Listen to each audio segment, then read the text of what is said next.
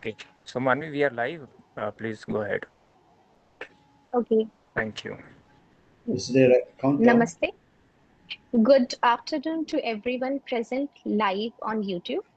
Welcome to episode 6 of webinar series Lifestyle for Environment Living Udaharans.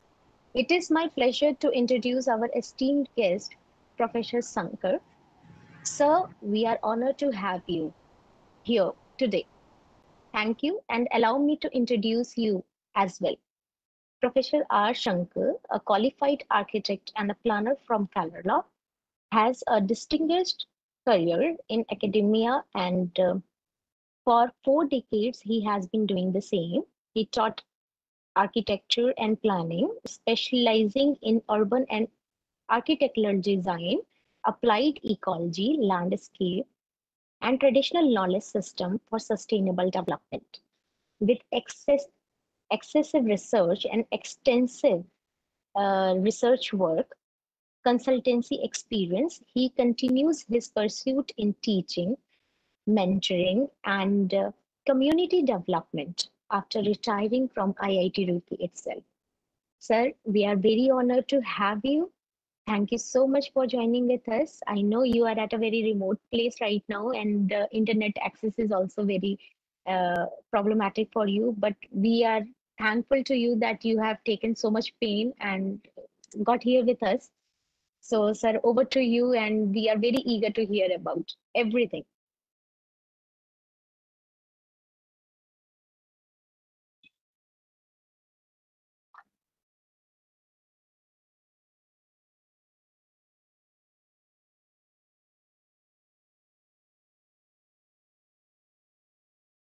Sir, we are unable to hear you. Your mic is not connected again.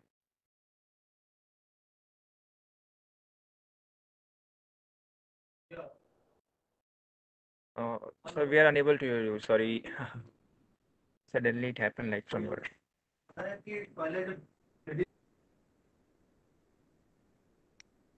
Hello?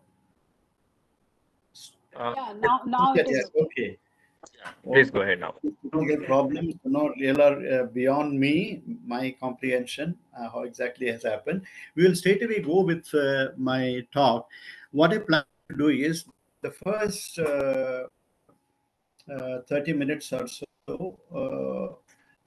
I will be talking about environment, lifestyle, and how they are related to development, and then about myself, what I've been doing here, and that should take another 15 minutes or so. So within the next 45 minutes, I plan to complete my talk.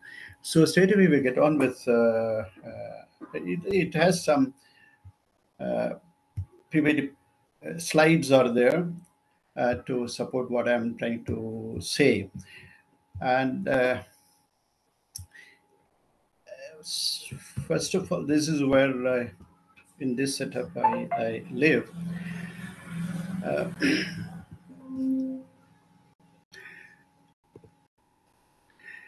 so my talk is divided into 4 segments. And the first part itself, I'll be talking about certain concepts. And it said lifestyle and sustainable development and related issues. And then what is meant by environment-friendly lifestyle, and how all of this fit into the context of sustainable development. So that is what I'll be talking about. And after that, along with that, that is the what they call uh, uh, what I have to say by way of certain ideas, and then how I have pursued these ideas, and I happen to be where I am. That's it. First of all, there is a lot of kind of talk about environment. Everybody talks about. Everybody knows what environment is, but uh, there are certain inadequacy in their understanding. For example, when you talk about environment friendly, which environment are you talking about? and whether the holistic environment which includes all, or environment which is natural, or environment which is man-made. So what aspect of environment you talk about when you talk about environment friendly? So what all are included in environment? So that is one issue. No, that you have to, that will help you.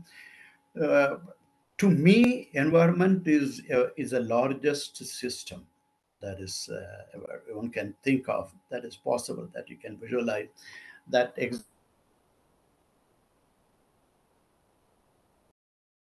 includes everything, a very aspect of universe. It's not only of Earth, but also Earth, beyond our solar system, beyond the stellar systems and galaxies. It includes all. That is how I see environment. Within that, the Earth environment is a very tiny speck, and that environment can be divided into what you call a natural environment. Natural environment is the most important part and most relevant, significant part of what we consider as environment.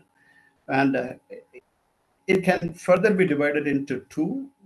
One is natural environment of living things forming a part of natural environment, and the non-living things forming the complementary part of the natural environment. So these are the two parts, subsets of natural environment. On the other hand, you have got man-made environment, natural environment, or simply nature. So nature is nothing but natural environment. And it has two parts, as a non-living part. So out of this natural environment, or out of nature, man has created everything, what we call man-made environment. So man-made environment, to man-made physical environment and man-made non-physical environment, which are mainly ideas, customs, governance, administration, institutions, and values, what is good and bad, governance, all those things. That is the non-physical part of environment. The physical part we are very familiar with, the built environment, the cities, towns, and the villages, and the infrastructure. Everything is man-made, physical, built environment. So the whole of environment can be visualized. Largest system consisting of subsystems. Otherwise, simply we can other side, out of this nature or natural environment, we have created what we call man-made environment. So that is so the whole of environment is. Now, I have already said, this natural environment is simply what we normally refer to as nature we use. So when we say that environment friendly, whether our lifestyle is environment friendly, whether education is environment friendly, what is actually meant by it, whether we do, whatever way we live, whether it is friendly to nature. Because as I said, when we refer to environment, we actually mean natural environment. So when we say whether we are environment friendly, we actually mean whether we are friendly, nature friendly. So whether we are in harmony with nature, whether we are living yeah, in integration with nature, in harmony with nature. So that is what we mean by that. So uh, the the series that is going on, whether your lifestyle, which is environment friendly, what I consider is we are actually talking about whether our lifestyle is nature friendly or not, because nature is nothing but natural environment. So that is what we refer to. So And I have what I said. I've just represented it in graphics, images. Out of nature only, man has created man-made environment, real virgin wild nature. Too slowly he has been through his history, unrecorded history, what he has been manipulating, modifying natural environment or nature, little by little, and then now we have come to such a state that we hardly see nature where we live. It's with infrastructure, roads, power systems, and the buildings. So all of that, all of which is man, but raw materials for this sustenance out of nature.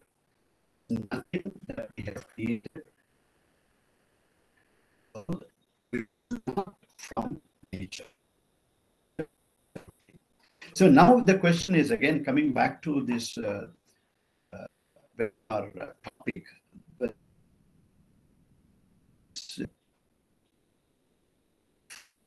so to be nature friendly.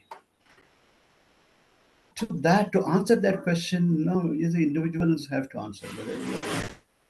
Depends on. We'll come back to that. Let me introduce the other concepts also related to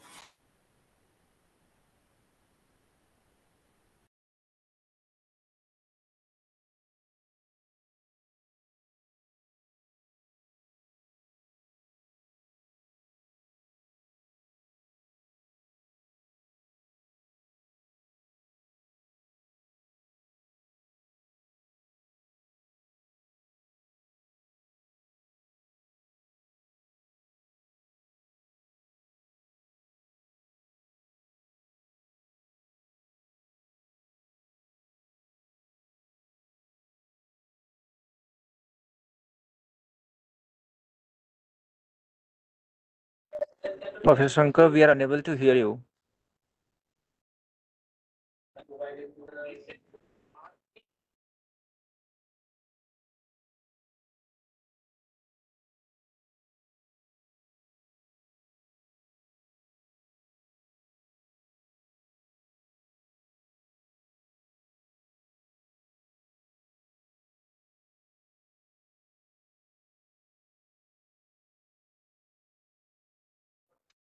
sir आपकी आवाज नहीं आ रही है professor Shankar we are unable to hear you Vishal can you please check it out once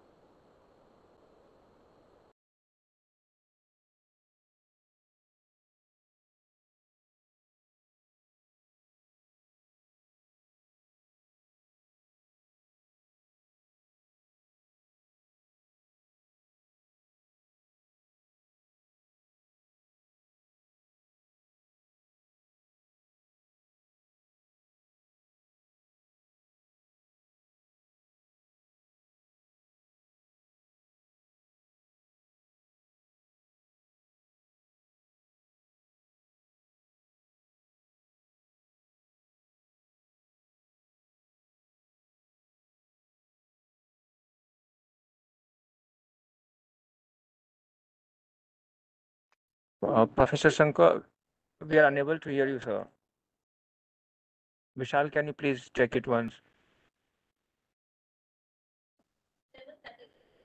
wait let me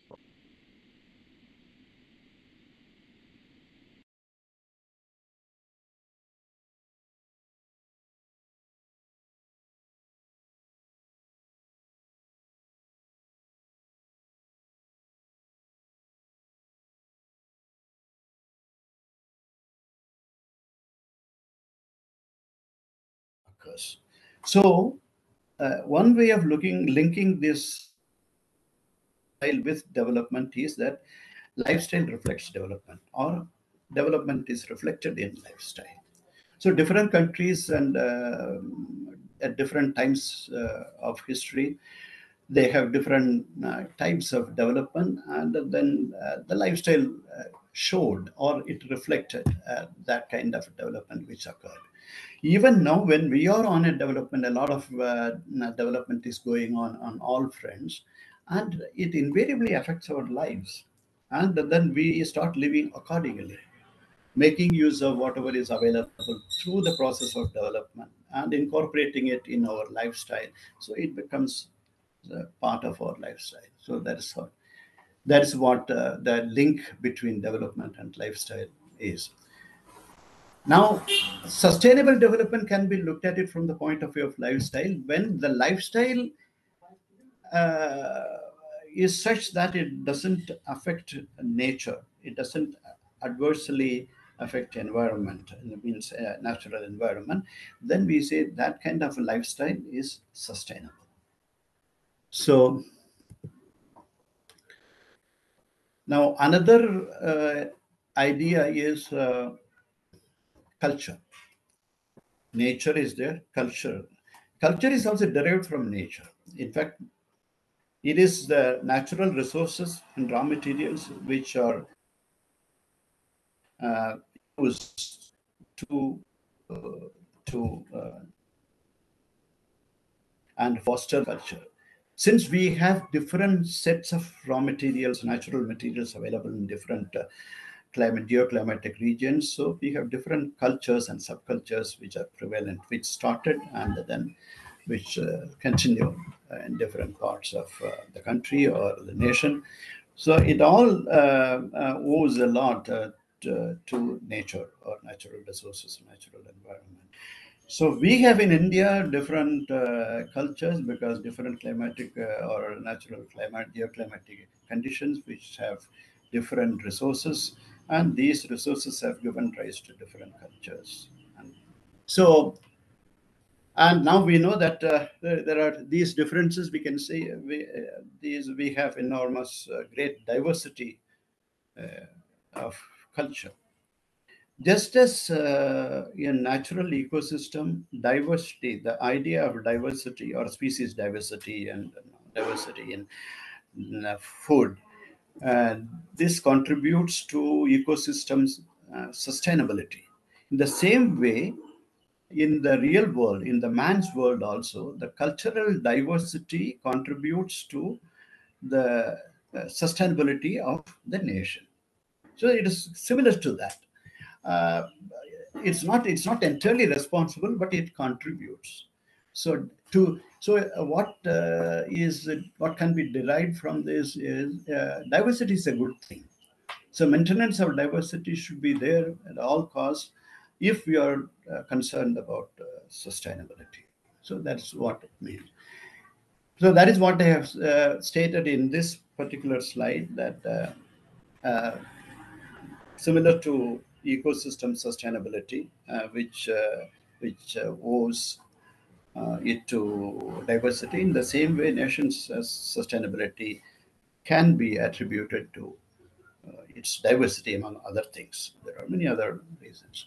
Now, there is one more last thing I would like to see to connect all of this. So the sustainable lifestyle, a lifestyle which is favorable to the environment, to natural environment, to nature, which is in harmony with nature. For that kind of a sustainable lifestyle to happen, we need to have a very strong and appropriate value system. So without that value system, it's in today's world, value system is something like a software without which the computer doesn't. It's of no use. It doesn't work. So unless you have the appropriate value system, which makes it possible to have that kind of a life, which is friendly to nature, friendly to environment, friendly to other beings, so that has to be there. So in a country like India, we are fortunate that we have such a value system which is inbuilt into the system for generations together through customs, traditions, and through our various what they call diversity, cultural diversity, and expressions of cultural diversity. These were, and very steadily they have been ingrained in people's lives. So in fact, their lifestyle also reflects this values. If in a big city, people don't care about things, and it's because their value system has been eroded by what they see, what they live there. But on the other hand, if you want to retain your value system, which is more appropriate to nature and environment, in that case, you have to be living in environment, a suitable environment.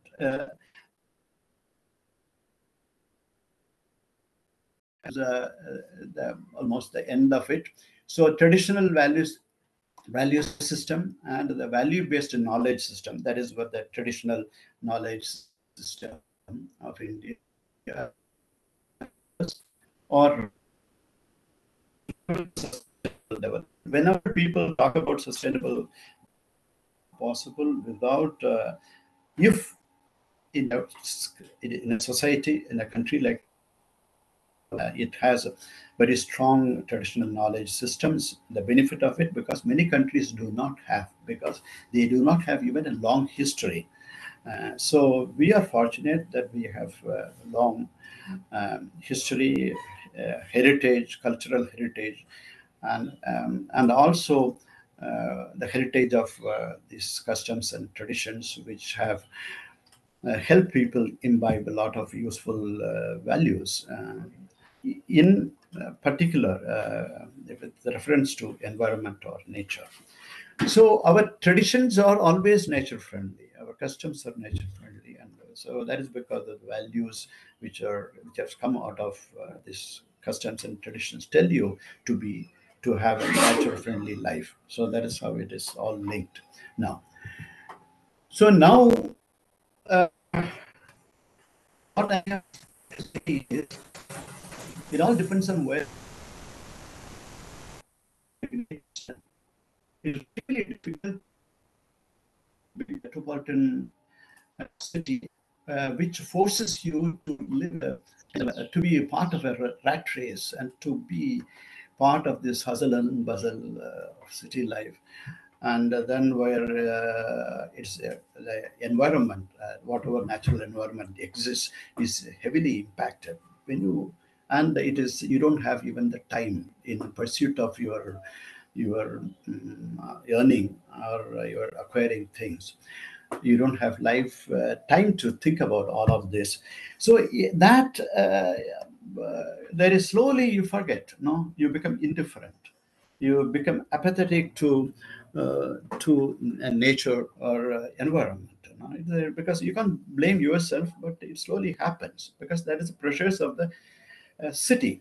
So what I'm trying to say is, it all depends on where you live. If you the same person, because we have not lost much, our roots are still there in the past, in traditions and customs. We haven't forgotten totally our value system. So you only need a break, you only need a kind of an opening to the appropriate, a window to the appropriate environment. So if you kind of at some time decide to put yourself in an appropriate environment setup, natural setup, then all of these things which have actually lost in you will come back. Your values, your custom, and your understanding of what nature is, its usefulness, and why it is. You should lead a more or environment friendly life, or why your life should be more in harmony with nature, impacting it least. All of this will come back to you. So it is very important uh, where where you live. So I had now my it is not that has happened recently to me. In fact, the what I showed you in a slide, what environment is, this concept of what environment is, I more than 40 years ago, uh, we two of us we made a paper on just defining environment. On defining environment, that was a paper research work I did in 1980.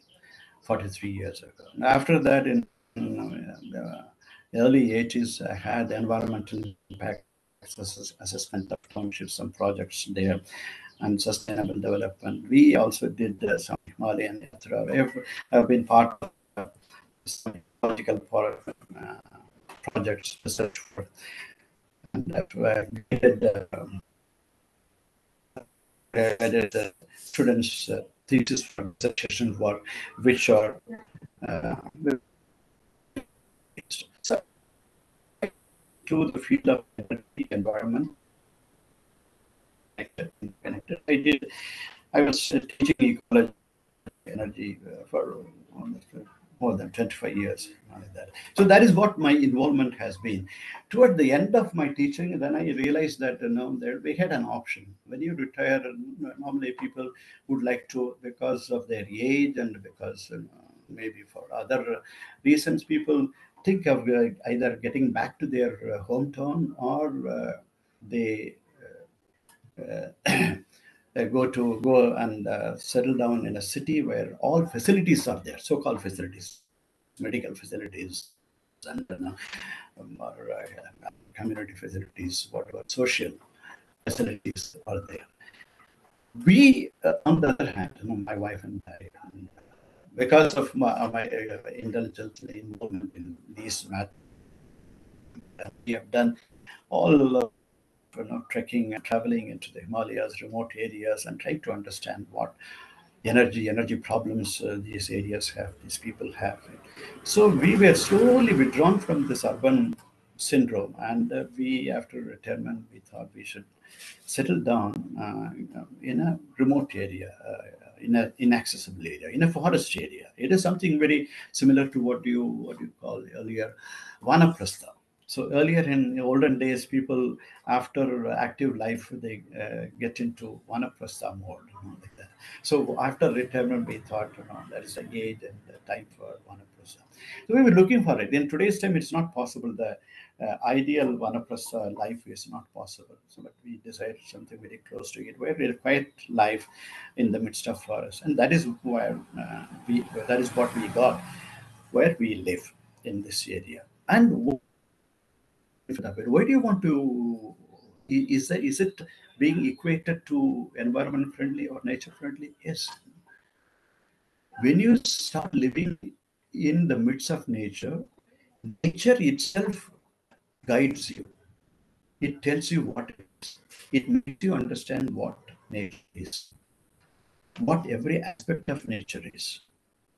From the birds, the wild animal, the trees, and the air, water, and then all the natural forces that are there, you try to understand that. You try to sync your life with that in sync, and not changing seasons and changing days and changing hours. And the way the sun moves and moon rises and sets and stars appear in the sky. All of this we always take for granted.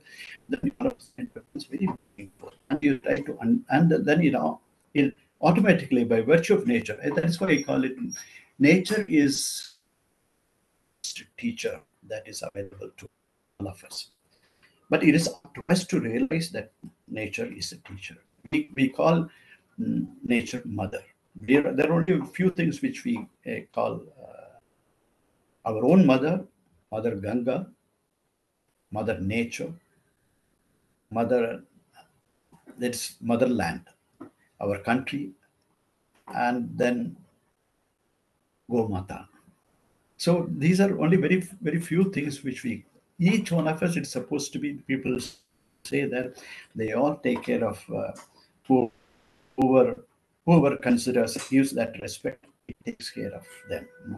Like that.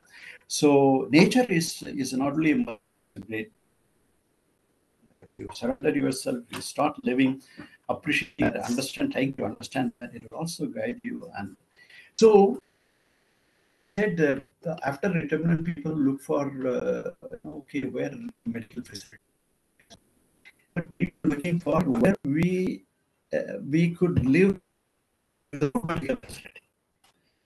So we can live a healthy life without having to go to a hospital, having to go to a doctor, a medical shop, We don't need a lot of that. So it actually worked. Well, it was immediately after surgery, and a lot of problems they us that the life of natural environment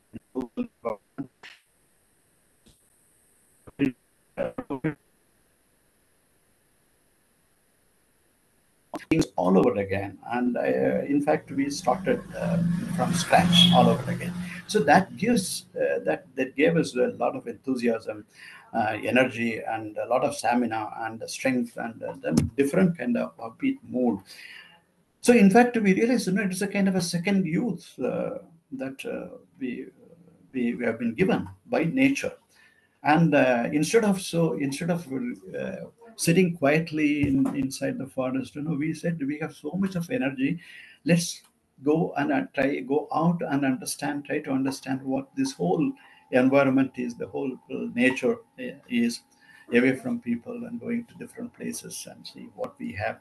So it gave us a lot of energy, enthusiasm, and health to do all of this. I've been doing all by virtue of being there, and that is what has happened. So in this, I'm showing little of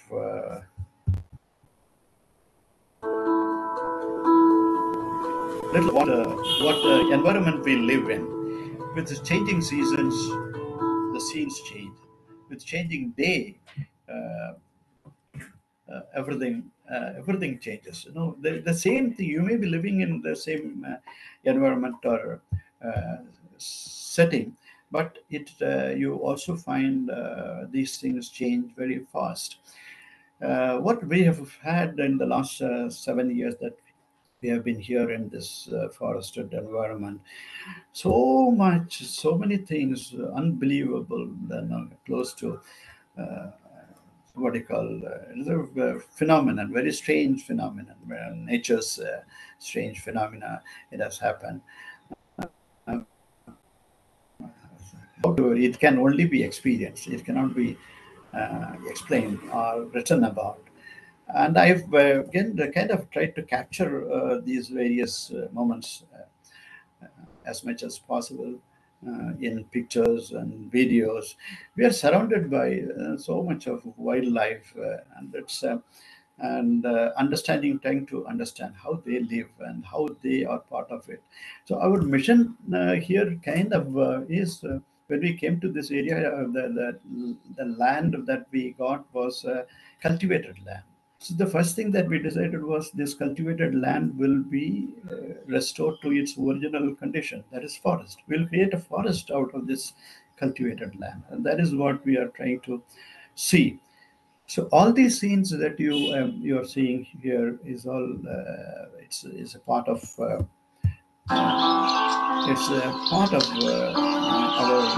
surrounding. It's hardly from our house we can see, from our just step outside your comfort, you see these scenes. And so much of we are woken up by. We are, the one thing I've realized is very very interesting. We are we are so sensitive have become to sound. It's so quiet here. You can even hear the falling leaf, the chirping of birds, of course, wake you up in the morning. And it's any horse honking or other mechanical sounds. So much for you. So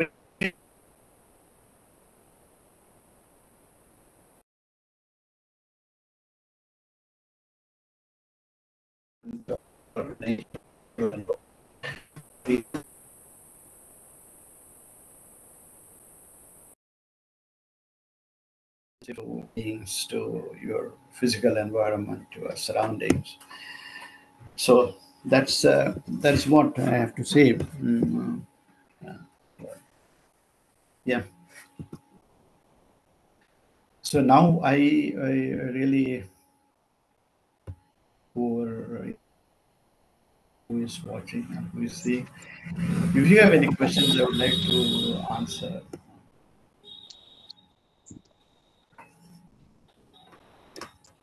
Namaste, sir. Can you hear me? Yes.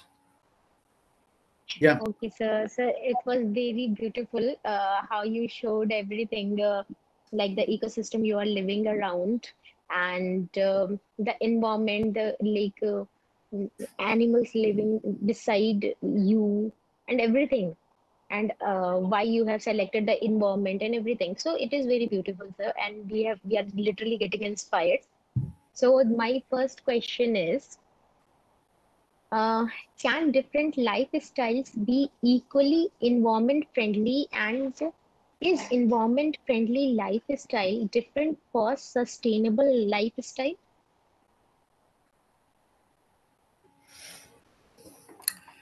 Should I repeat? No, yeah. No. Yeah. No, I understand. I Yeah. understand. I was just trying Okay. to see the say. See, people are not the same. So you have got each individual is a different person, and even as a family, when you consider family as a unit, they have a particular lifestyle, and within the family unit, individuals live his or her own life in a particular way. And then, broadly speaking, economically, there is different people belonging to different economic categories, social categories, or religious categories. Different kind of categorization is there, nationalities. How do they? Whether they can all be equally friendly? No, what I Right, mean right, is, right, yes, sir. it can be. The main requirement is that you have to understand. You have to be concerned Yeah. about it. You have to be Yes, aware right, of what environment is, and you have to right, be sensitive towards environment. That is the first requirement. If that right, sensitization is there, if that understanding is there, that awareness is there, that concern is there, whether you are able to do something or not is later. First of all, that right, awareness, understanding, and then sensitivity should be there. Then if there is a right, will, right, right, if there is a will to do something, then you can proceed that. But without this awareness, without this understanding, without this sensitivity, you cannot do. You cannot be doing something for the sake of okay, for the sake of some name, for the sake of some money, for the sake of no, it's totally meaningful. It will be hollow.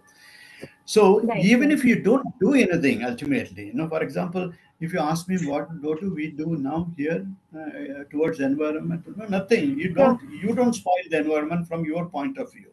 So that is the contribution. But Right, we understand what environment is, and then, as I said, the environment is this natural environment. Nature has given us so much. We appreciate that constantly.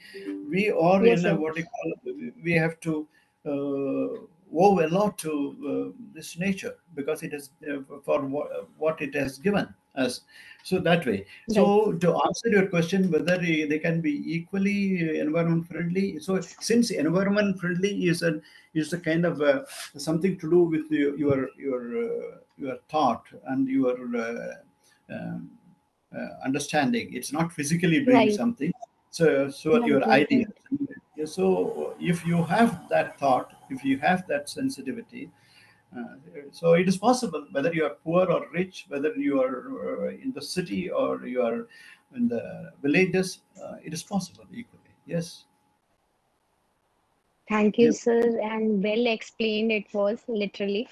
So yes, we have to take care of the environment, and definitely we don't have to touch it. Let it be as it is, and we have to merge within the system. Yeah. Okay. So, sir, our next question is, how do environmental concern reflect in our lifestyle, and what is the relationship between environment, lifestyle, and development? This I try to explain that the relationship or the linkage between lifestyle, Yeah. development, so and the environment. Okay. I've tried to explain that through Okay. my slides. No, that is there. So Yes. how this uh, your concern for environment is reflected in you. So that is obviously you will. It's a question of your choice. So Right, sir. if you have to do something compulsorily, it's a Right, must right. for you, then you will select, you will have a choice, you will exercise your choice of selecting the least impactful, environmentally impactful thing or activity Thing. Yeah. or more. Right. So if there is a choice now, so in everything, before even using something, before even having something, you will see whether it is absolutely essential or not, whether we can do away with it. So that kind of a thought will occur, because Mm. anything environment, the one of the biggest enemies, they even say that environment and development are it's are paradoxical, yes, it's opposite. You can't be talking Right. about development and at the same time you can't be talking about environment, because any developmental activity, developmental project invariably impacts the environment. So the only thing that Right. you can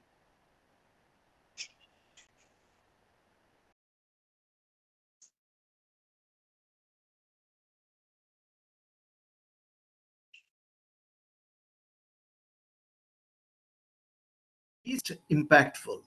So you have to build into the system, into your plan, into your scheme, all the impact is least on the environment. In the same way, in your personal life, when if you have the concern for environment, in that case, you will try to first of all see that whether you can do without something which will impact the environment. If you can't, then you will select only the least impactful, environmentally impactful thing out of the choice that you have. For example, if we have to be going using vehicles, for example, cyclists, walking is the best. Next best will be cycle. Yeah. And then if you have to have a motorized vehicle, then it's okay. Whether it could be electric, solar driven, or battery driven, or something like that, which doesn't pollute much. So that kind of a consideration, a series of you can Right. Right. scale up the considerations and then try to have, or which consumes less of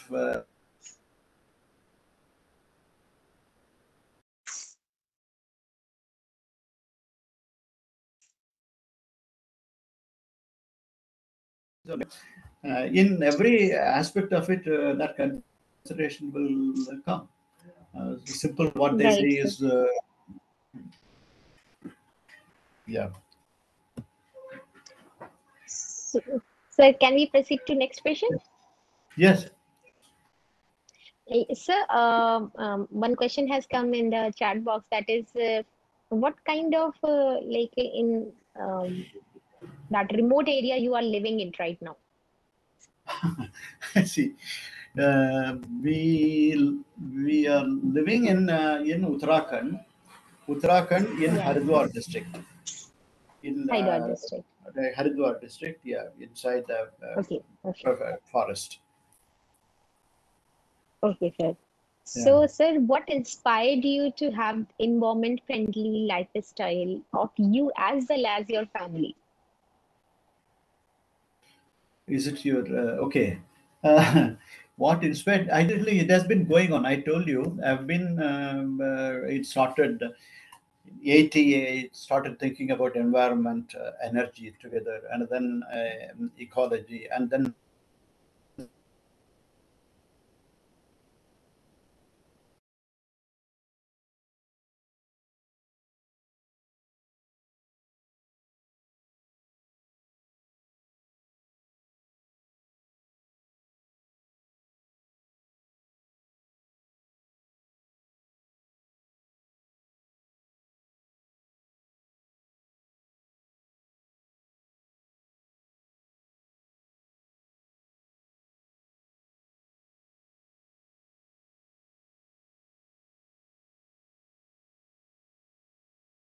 It's a self.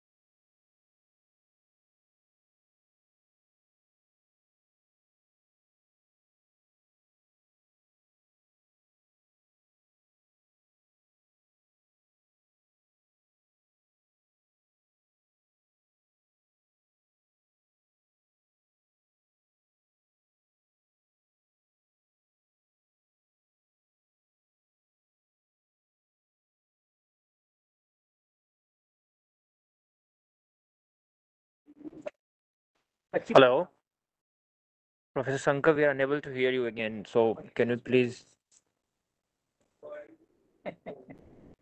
Hello. Uh,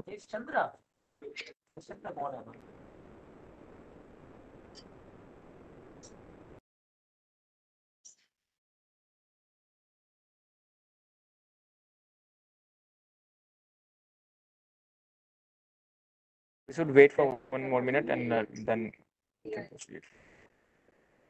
Yeah.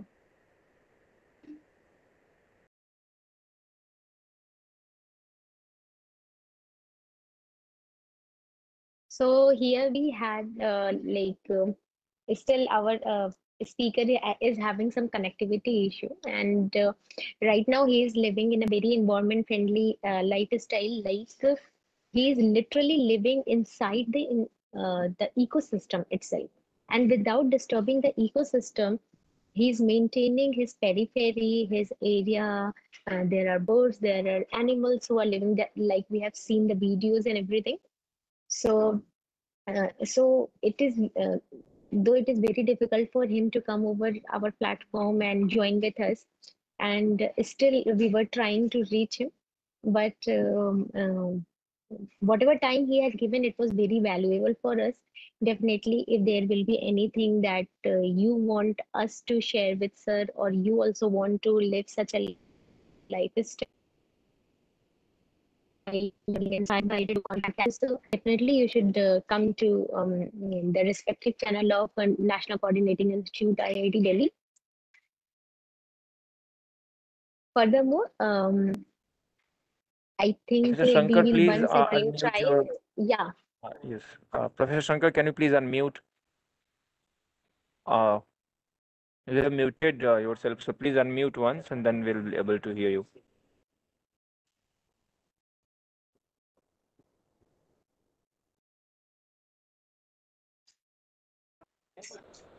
Professor Shankar, please unmute yourself once.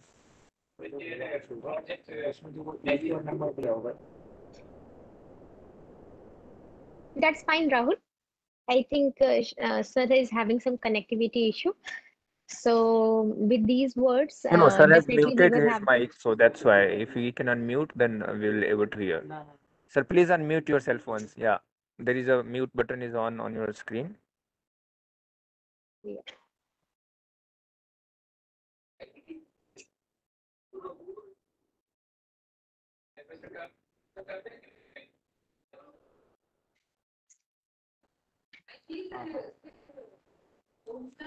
But Vishal was there, so who was there? So So it's okay, Rahul. we can see, sir, but we are not able to hear. Huh. The video is on, so Yeah. that's why I'm requesting him to please unmute. Yeah. Oh.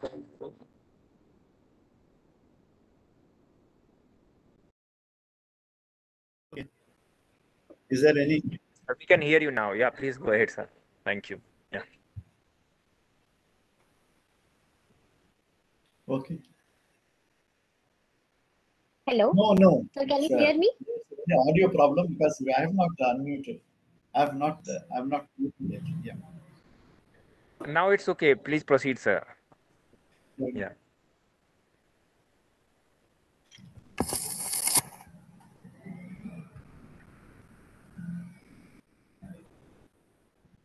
Yeah. Sir, can you hear me? Yes. Yes. I'm able to hear. Okay. Okay, sir. So we have Yes. multiple more questions. Yes. So, what kind of educational institutional setup is amiable to environment-friendly lifestyle?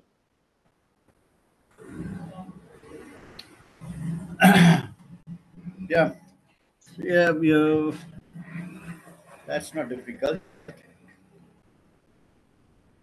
I spent my entire academic life career in IIT Roorkee, which was earlier University of Roorkee. It is an residential campus, just as IIT. All IITs are residential campuses. So this when I joined in '78, there were hardly any vehicles within the campus. It had 365 acres of land, and everybody walked. The students would come by cycle or walk, most of them. The teachers would walk or come by cycle. A few people had scooter from those who were living in the remote areas. That's it. Within the campus. Now, when I get back to it, the campus is filled with vehicles. The same area, and it has become denser. And instead of it becoming more pedestrian friendly, it has become vehicle infested area. I don't know. It's because okay, people are affluent. Even when I was living there till 2016, I hardly used any vehicle.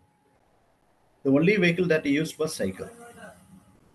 I had a car. I had a two wheeler, which I used to go out of the city. So people attitude has changed and their lifestyle has changed. The campus remaining the same. The distances and accessibility has actually improved. So what I would suggest is it has to become a kind of a mission for the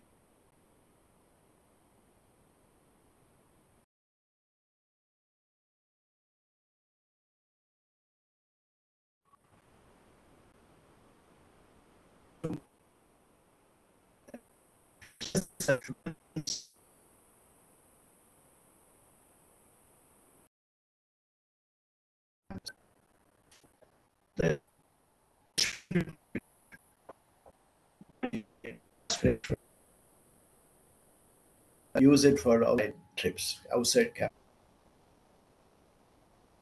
In the same way, there could be many things as waste could be recycled and wastewater and whatever liquid waste that could be recycled. All of that, it could become a kind of a self-sustaining campus to the extent that is possible. Some IIT campuses, some educational institutional campuses are as large as 1,500 acres, 2,000 acres, huge. So it you can you can actually produce your own food. We had earlier our own dairy. We had wheat fields to start with. Slowly they gave way to buildings. That's okay. It's a small campus, but some campuses are still large, and still they have no clue. They have no intention of making it environment friendly, nature friendly, or making it self-sustaining, making it sustainable. So we talk about it.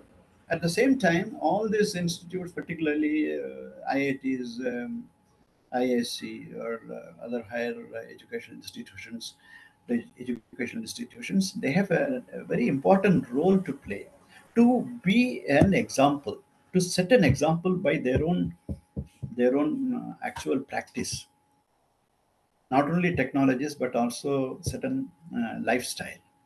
So that has to be, you have to be, when you can't be talking about it only for the sake of seminars and conferences.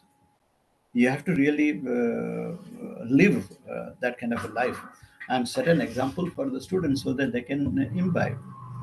So that has to happen. But who am I to advise? I have never advised. I have only lived my life, and that people consider as an example or something like that. Sometimes some people are influenced by it. It is up to them. So, but what I feel is being a part of campus, educational institutional campus, what I feel is they can play much more than just imparting education and then granting degrees to people. Right? That is not the only thing that they should be doing. I don't Right. know So whether. no, we are understanding. We are understanding. Definitely, sir, how you told that even you were having two-wheelers or four-wheelers, you only used, that's your choice that you made to live for the environment. So you're asking us to make amendments in our lives with our choices so that we can follow it. If we will choose something from our own end, then definitely that will work. Yeah. So, sir, last question. Well, For hmm, yeah,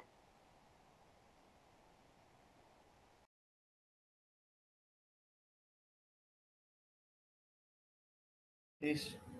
should okay. Last question is, what message do you want to give to our audience, to students, to faculty members, that they can implement in their daily lives, or whatever the message that you want to give in general? By the way, how, what is this audience? How many people are there?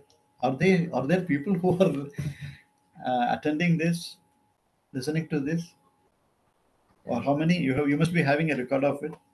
Are there people? Huh? Around 100 people are attending, so, I see. Overall, 100 people. and more are engaged in other things, so they will watch it later. Yeah.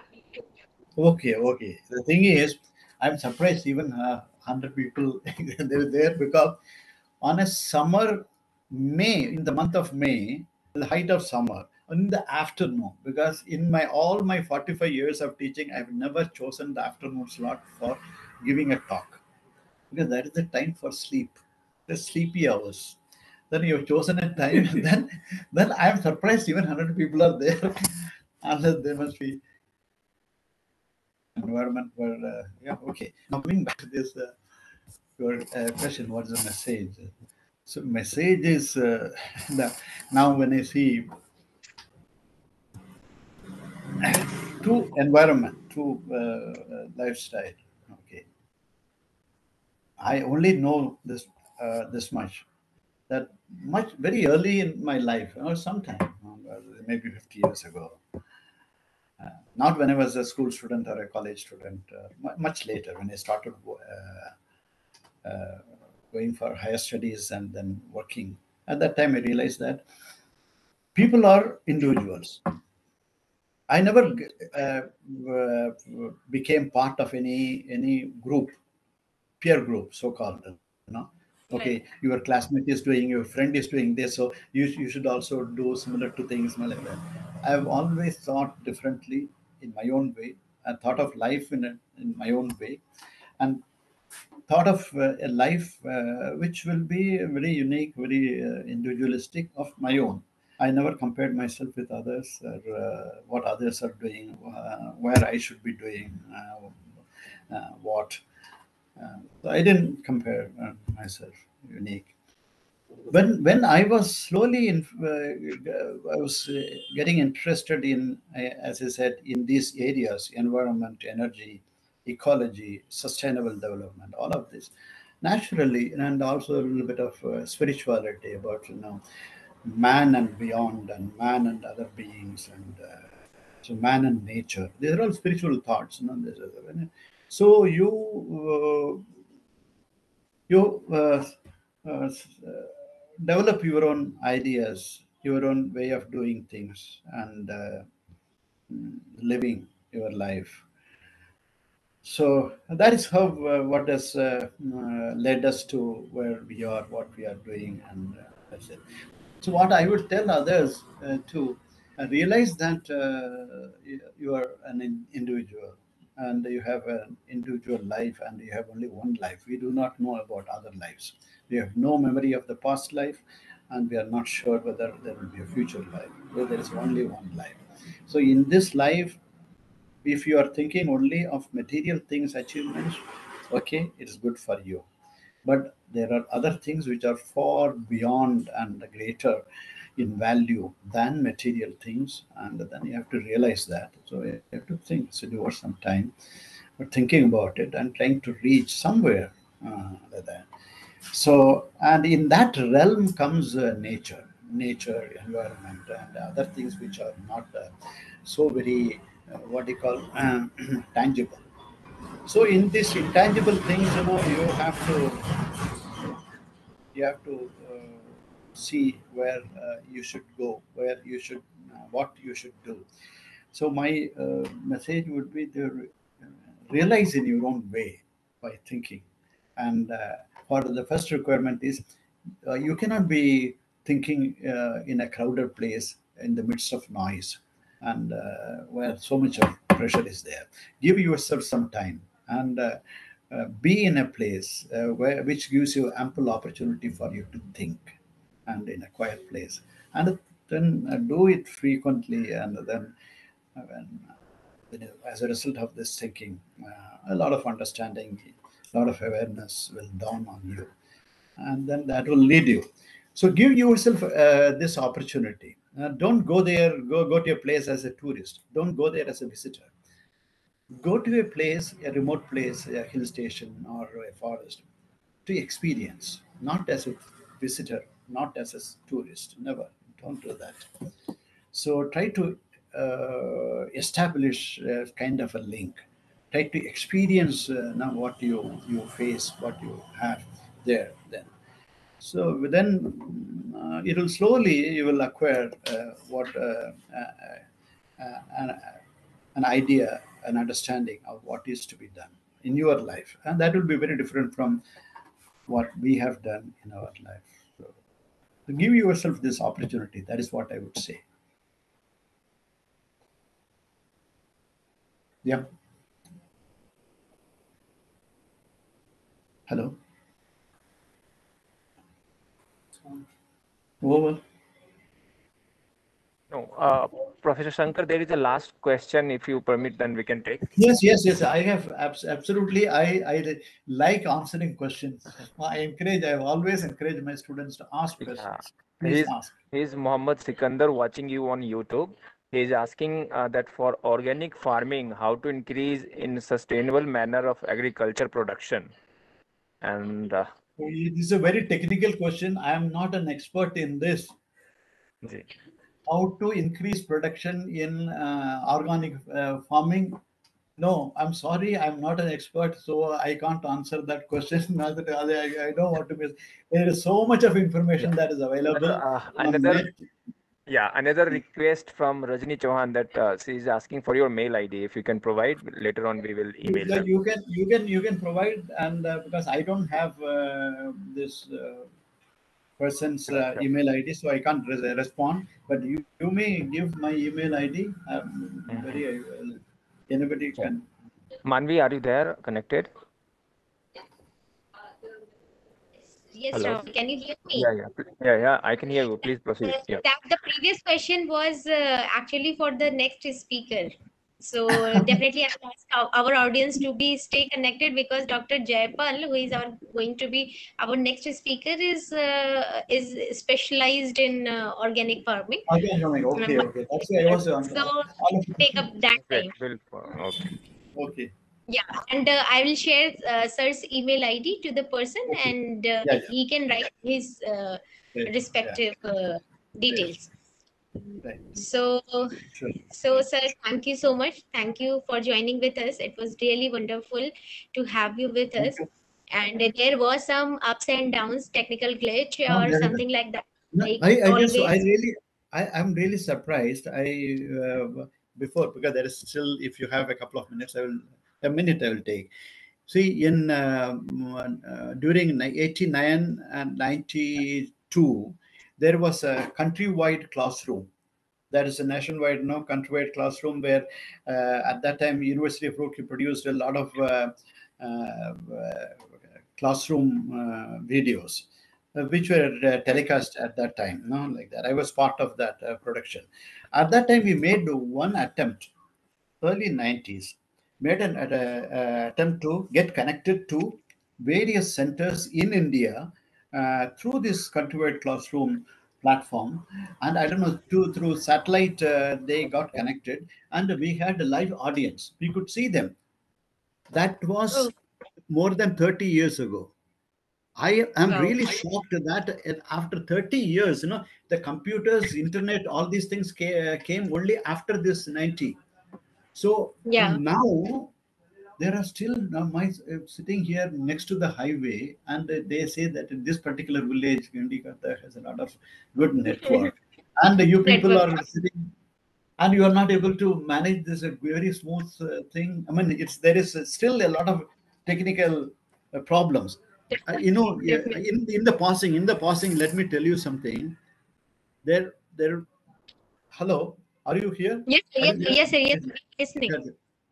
So India must be the only country where even in the presidential palace, the president of India will, whose computer will have a what you call a standby battery or something like that. Yes. Yeah. UPS. You believe this is the only country, because and the people must be using not only UPS but inverters, generators, and all that, because there is a voltage stabilizer, which is not known to many other developed countries at all. So I'm still not. We are not able to solve those basic problems of communication, connectivity, and electricity supply and transmission. We are still at the very. I don't know where we are, and what are we doing in an IITs? That's sometimes, I really wonder, because these IIT students are here with me, and they struggled and to get connectivity and still fails every time. And Yeah. which I did 30 years ago. I was talking to people from the corner of India. I could see and talk to them.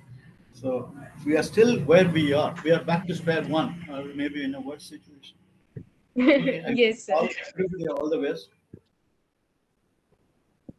So, yes, sir. Definitely, definitely, we are understanding the scenario, and if you are saying, then we are going to follow also multiple rules that you have explained to us in due No. course of time. Also about the internet, that is a problem. I don't know how it happens, but it happens. The Hmm. bandwidth and everything.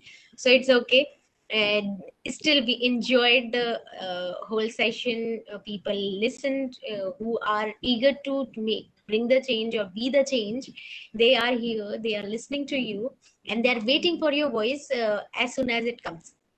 So thank you once again, sir, for joining with us, and we'll get back to our audience with episode 7th, that is on 24th. So thank you. Jai Hind and Thank Jai you, thank you, Bharat. thank you, thank you so much, all of you there.